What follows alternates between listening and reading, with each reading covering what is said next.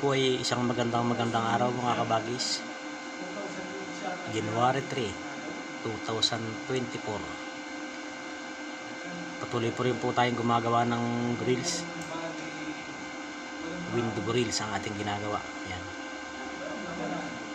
Inabot na po tayo ng isang taon, hindi pa tayo tapos. Medyo marami kasi yung ating ginagawa. Siyam na window grills.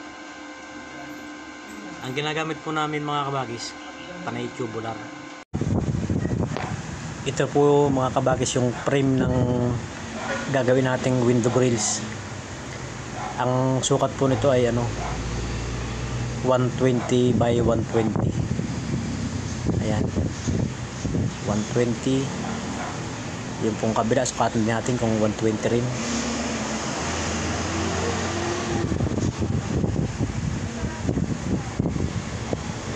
Ayan, 120 rin siya. Ngayon, kailangan nating matiyak kung eskwalado siya. Paikot po, 120 lahat. Ngayon, yung gitna ng kwadrado, dapat makuha rin natin yung pagkakaparehas para siguradong eskwalado siya. Yan, susukatan po natin ng paikes. Ito, 169.5.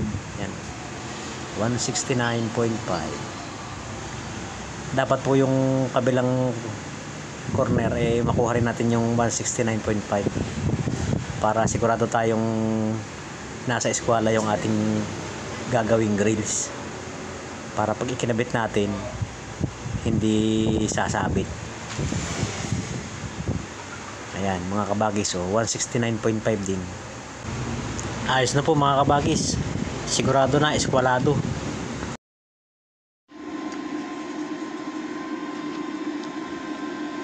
Unahin na po natin dito.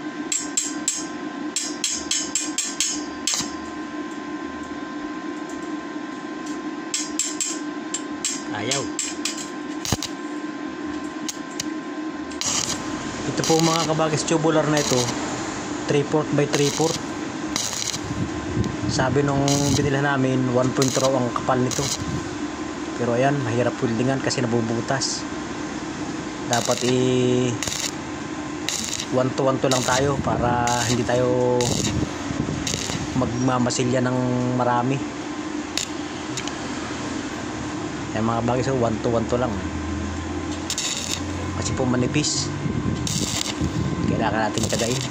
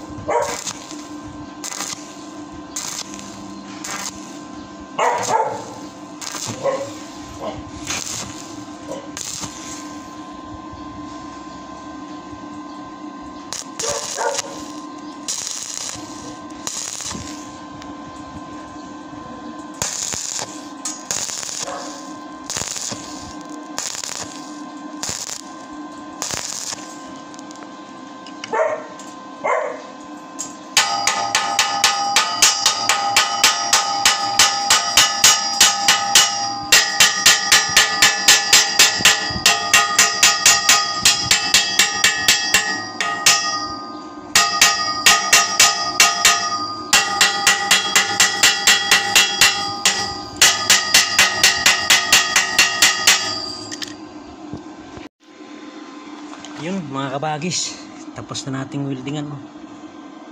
Wala silang butas.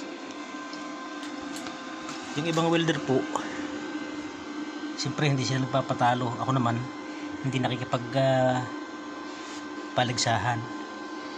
Naghahanap po yung ibang welder ng mga kaliskis. Yan o.